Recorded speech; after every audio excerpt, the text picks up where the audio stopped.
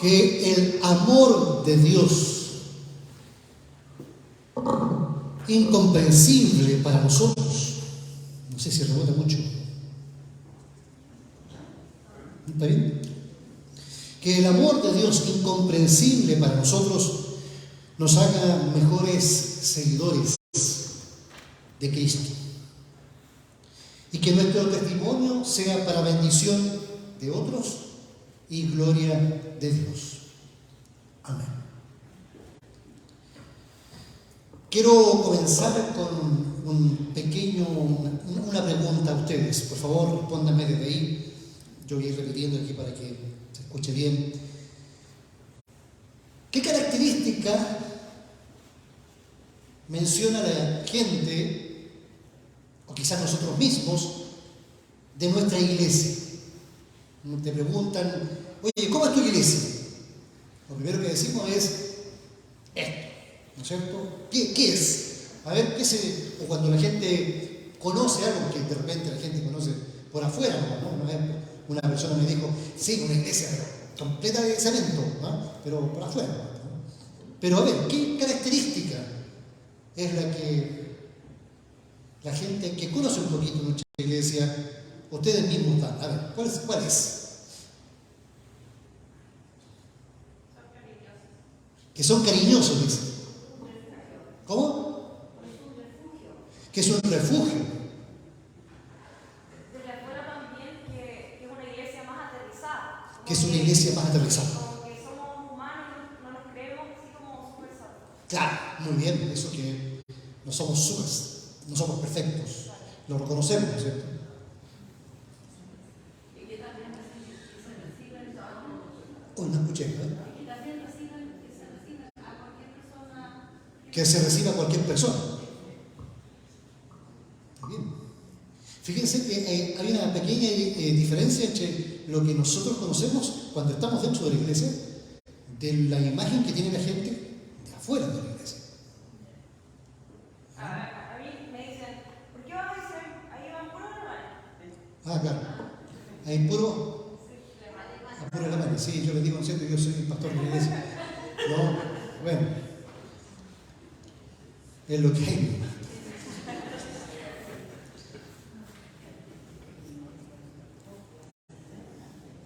No sé, yo he escuchado, por ejemplo, oh, qué lindo el templo. Realmente los templos son hermosos, ¿no? Otros me han dicho, no, los luteranos se caracterizan por tener buena música, ¿no es cierto? Los órganos antiguos son muy cuidados por los luteranos. Muy bonita la liturgia. Eso también me han dicho, ¿no? Bonita la liturgia.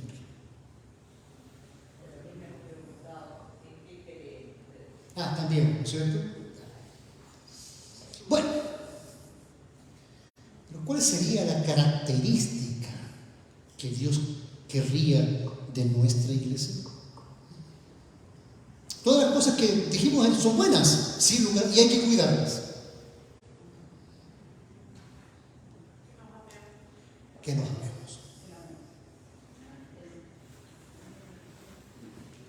Yo puedo terminar la predica aquí, ¿no es cierto? Que la respuesta que dio Carmen, ¿no es cierto? Ni un problema, nos vamos, porque eso sería todo.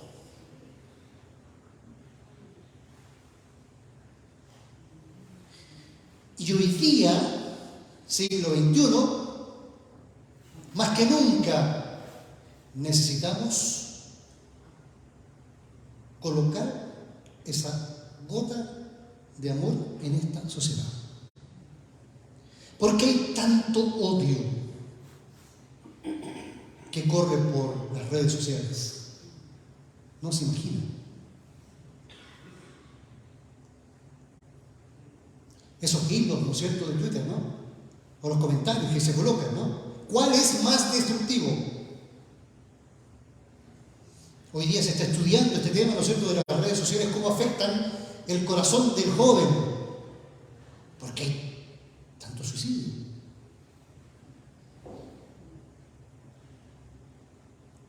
Para nadie es un misterio que hoy vivimos en una sociedad cada vez más individualista, aunque estamos más conectados. más ensimismada.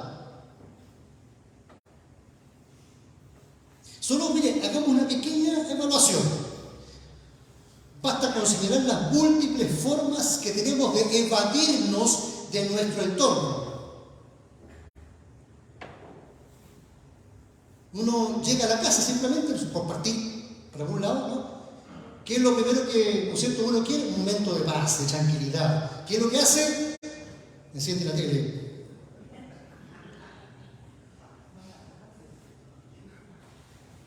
Nos interesa algo que pasa a cientos de kilómetros, a miles de kilómetros. Nos emocionamos con historias que son muy bonitas, pero ficticias. Claro, y de repente uno se pregunta, bueno, no pasa nada, todo estará bien. ¿Todo estará bien?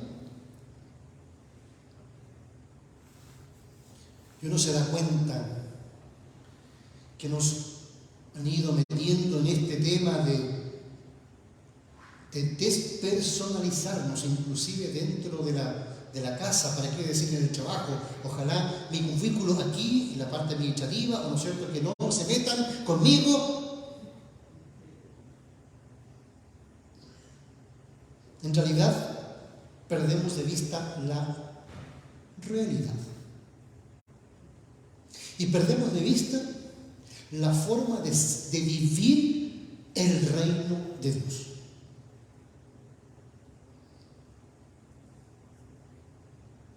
Pero para comenzar diremos que el amor, tal como lo dijo Carlitas, es el fruto con que debemos ser reconocidos como cristianos.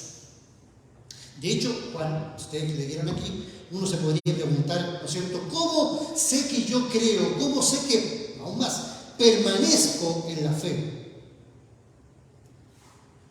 Pues cuando se ama.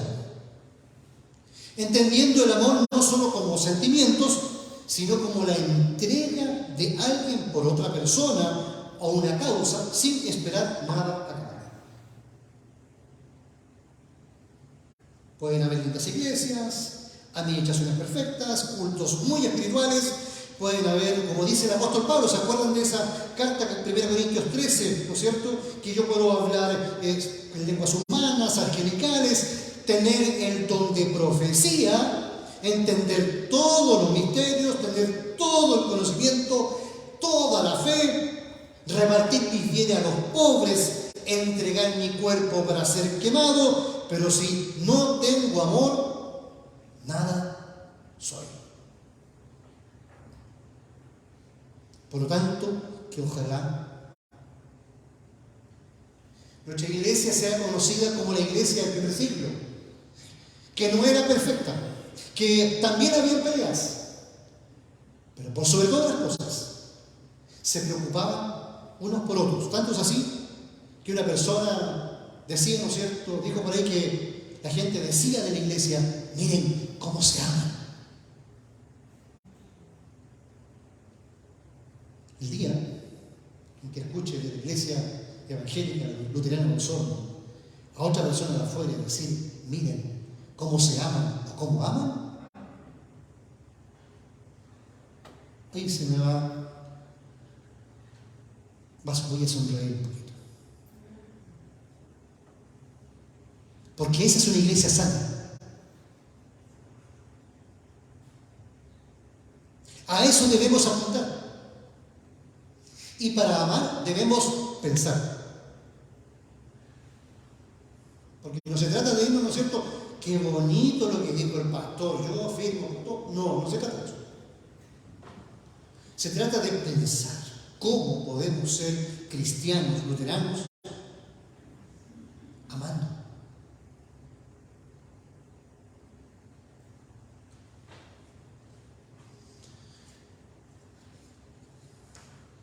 El amor es sacrificado, ¿no? A mí me encanta ese 1 Corintios 13, ustedes la conocen de memoria, ¿no? El amor, ¿cómo dice? El amor es paciente, el amor es benigno, no busca lo suyo, ¿no es cierto?, no guarda rencor, etcétera, etcétera. Para la iglesia cristiana del primer siglo, No le costó horas en la semana para dedicarse a Dios.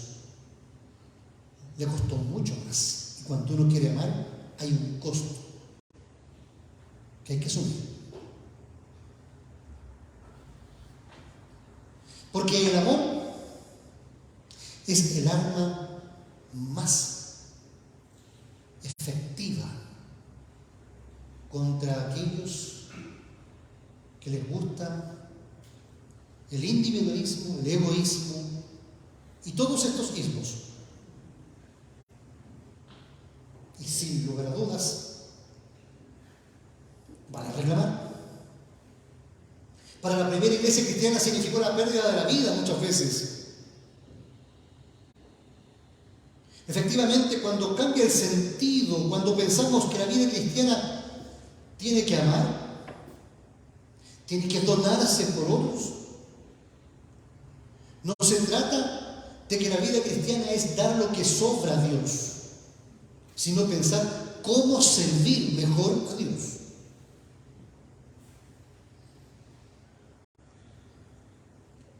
Pero ojo, aquí no se habla de cualquier amor,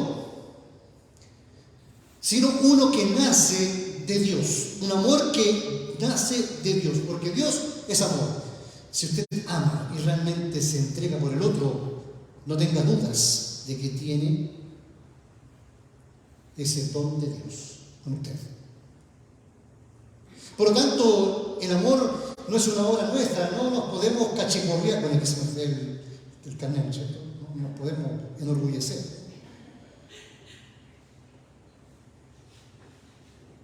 Porque es una obra que provoca a nosotros, que nos mueve a nosotros, lo hace el Espíritu.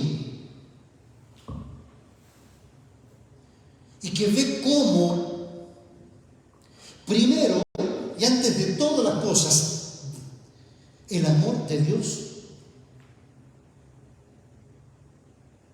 es el fundamento para nuestra vida. Es lo primero que pasa. Y nosotros tenemos esa cruz adelante no para causar impresión, sino para recordar el tremendo amor de Dios por nosotros.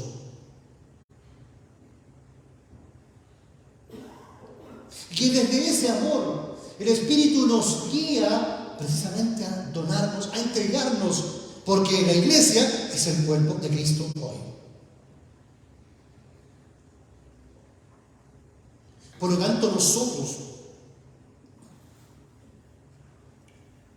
no necesitamos ser perfectos para alcanzar el amor de Dios, porque primero vino el amor de Dios. Primero vino la salvación. No somos salvos por obras. Pero como dice Lutero, Dios no necesita tus buenas obras, pero tu vecino sí.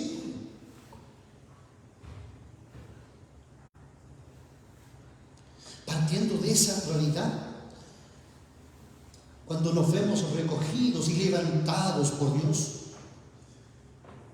no podemos quedarnos como una estatua cristiana, sino la iglesia debe moverse y debe luchar contra todas estas fuerzas de odios, de divisiones, de tratar de separar a la sociedad entre unos y otros porque pareciera ser que unos son los buenos y los otros son los malos simplemente por pensar diferente. De perdonar. No solamente de recibir perdón, porque el que recibe un perdón debe perdonar también. Recuerden lo que dice Jesucristo después del amén del Padre Nuestro. Dice, porque así como ustedes perdonan los pecados a otros, Dios también les perdona sus pecados. O como esa historia que contó Jesús, ¿se acuerdan de ese señor que tenía un hombre que le trabajaba, que le debía mucho dinero y que cuando tenía que cobrárselo, ese hombre vino donde ese señor y dijo, Señor, la verdad es que no tengo cómo pagarte, discúlpame, yo te lo voy a conseguir. Y Y el Señor fue movido a misericordia, le perdonó esa deuda. Pero ese hombre fue donde su siervo, que le debía un poco de dinero, ¿y qué es lo que hizo? No se lo perdonó. Lo mandó a la cárcel. Eso es lo que hace hoy día la sociedad. Oyendo este señor, ¿no es cierto?, llamó a cuentas a ese hombre y le dijo: ¿por qué no perdonaste? Si tú recibiste una tremenda bendición, tú debiste haber perdonado. Y perdonado es igual a ser libre.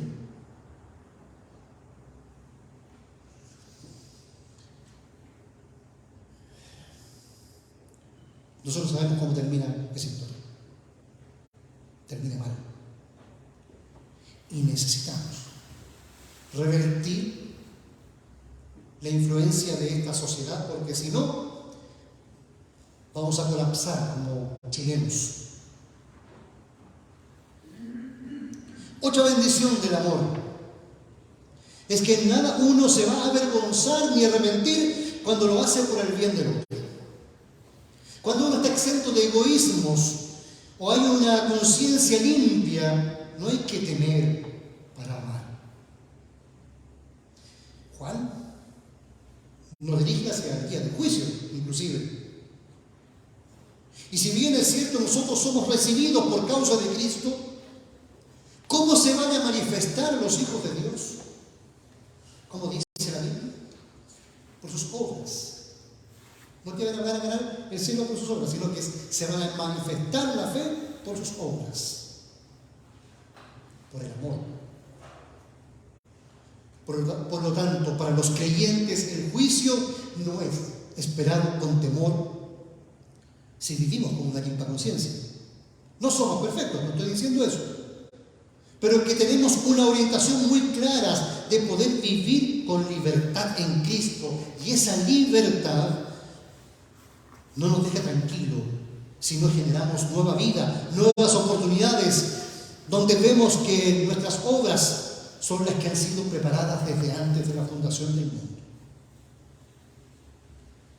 Finalmente, el amor nos ayuda a permanecer en él. Cuando hay amor, nos fundimos en una relación donde Él está en nuestras vidas y nosotros en Cristo. ¿Qué significa para ti, para la iglesia el día de hoy? ¿Qué nos dice a nuestras vidas? Hoy en nuestra iglesia se recuerda la vocación pastoral. Y la vocación pastoral, si uno quiere llevarla a cabo, tiene que saberse, y a mí me lo dijeron, me lo dijo el pastor Paul Gieser aquí: uno muere para sí mismo. Porque todo tiene que entregarse en amor a otros. Y necesitamos a veces pastores, a veces laicos, otras veces colaboradores. Lo importante es que sean cada uno en amor. Que el amor nos mueva a estar unidos y predicar como un solo cuerpo el Evangelio que hoy día nos congrega.